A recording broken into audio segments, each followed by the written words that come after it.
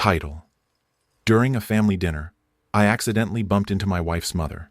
She slapped me hard in front of everyone and yelled, "How dare you touch me, you disgusting man! Clean my dress and get out." To my shock, my wife said, "Apologize to her or leave." I left the dinner, but when they got back home, a shocking surprise awaited them. Chapter 1: The Slap That Broke Everything.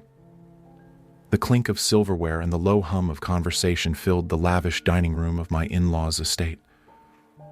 My wife, Lydia, sat beside me, perfectly composed in her designer dress, laughing softly at something her brother had said.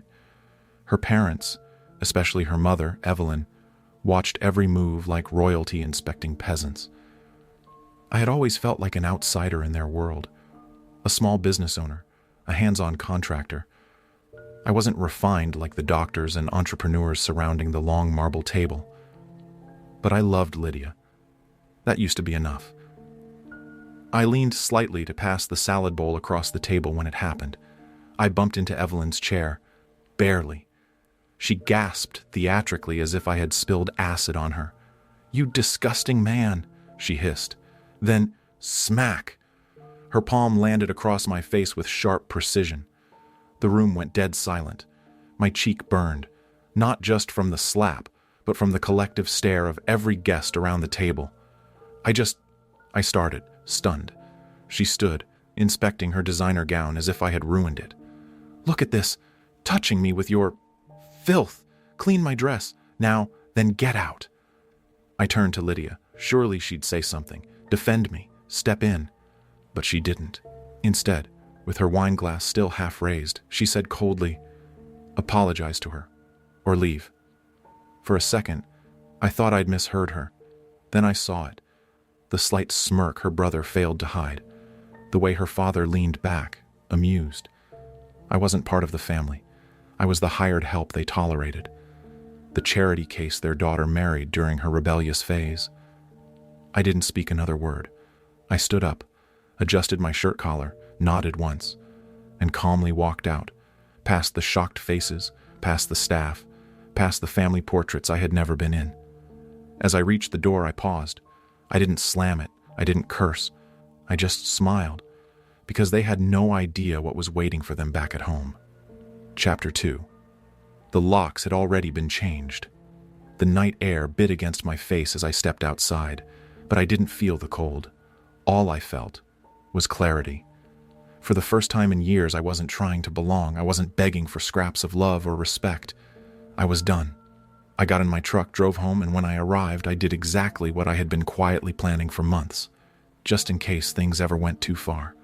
And they had. First, I opened the smart home app on my phone and tapped Deactivate Access.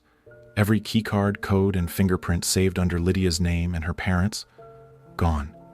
Second, I opened the garage.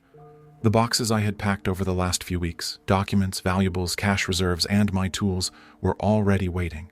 I had learned to be ready. Marrying into wealth doesn't mean safety. It means control. I had been quietly building an exit. And now? The exit was open. By the time Lydia and her family returned later that night, drunk on wine and arrogance, they were met by a surprise. The key fob didn't work. Her mother pushed the intercom. "Open the door right now." I didn't answer. Instead, I activated the speaker system. My voice rang out from the porch camera. "Lydia, you told me to leave, remember?" "So I did.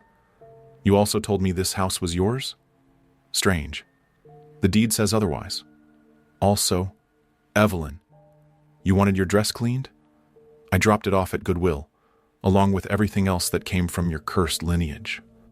There was a pause, then chaos. They banged on the door, rang the bell, shouted threats, but I wasn't inside anymore.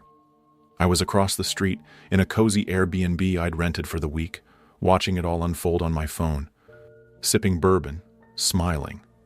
Then my lawyer texted, "The first round of filings are ready. Do you want to go nuclear?" I replied with one word, "Absolutely." Chapter 3. The detonation begins.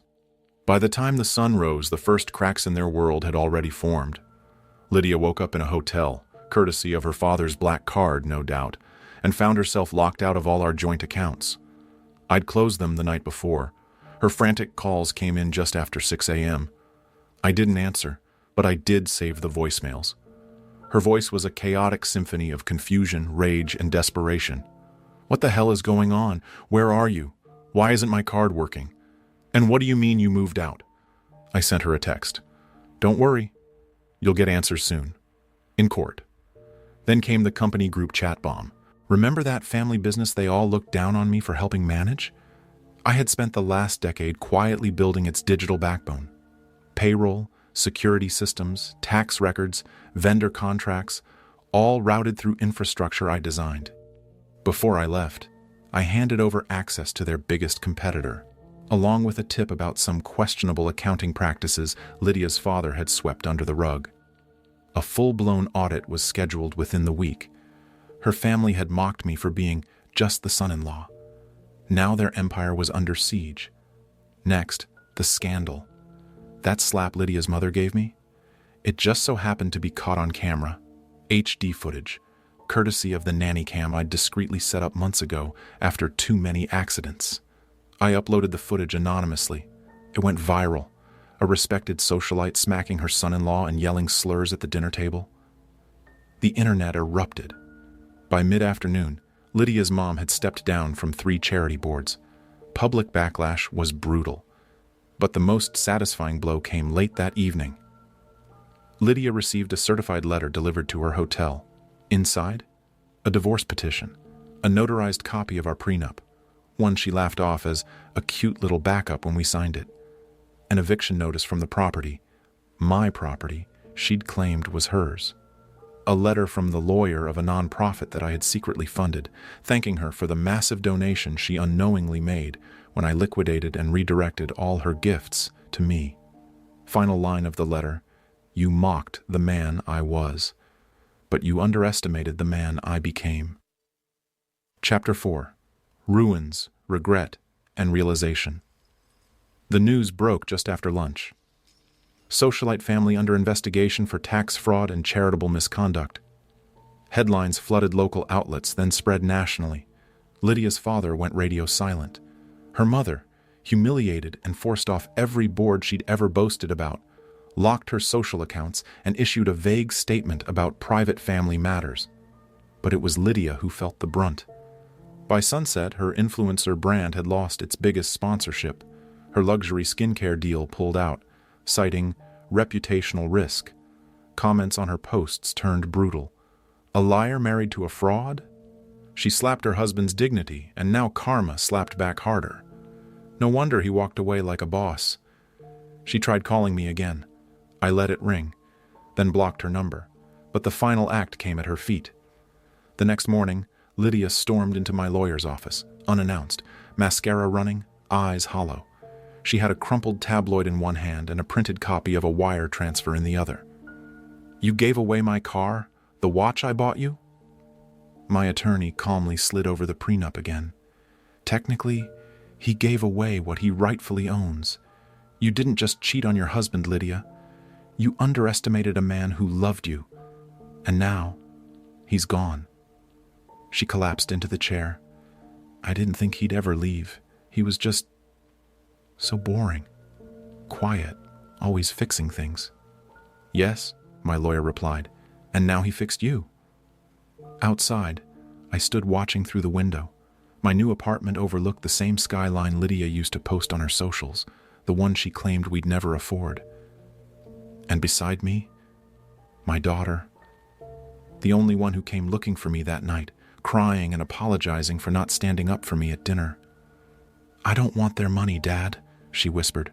I want to work with you, learn what it means to build something real.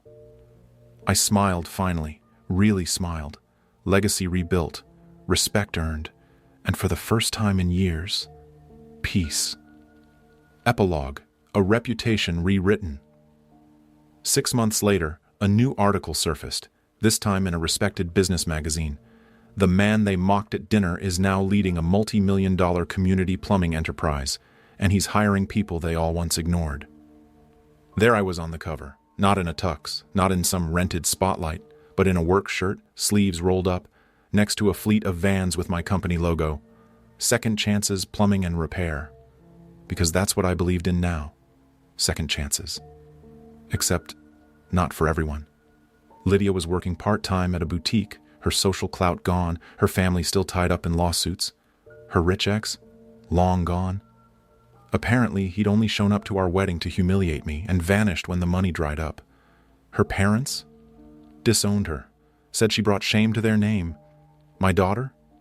She co-manages marketing for my growing business and is attending school part-time. She told me one day, "You're not just my dad. You're the definition of resilience." And me? I got invitations from the same elite families that once sneered at my job. I never responded. Some doors once shut don't need to be reopened. Final line, I wasn't a loser. I was a builder. And the life I rebuilt, brick by brick, stood stronger than any mansion ever could. Was this revenge perfectly justified? Tell us what you would have done in the comments below. Like the story, share it with someone who needs this energy, and subscribe to Lauren's Story for more jaw-dropping tales of betrayal and justice. Because here, every lie has its reckoning, and every betrayal finds its shadow. Stay sharp, stay strong, and stay tuned.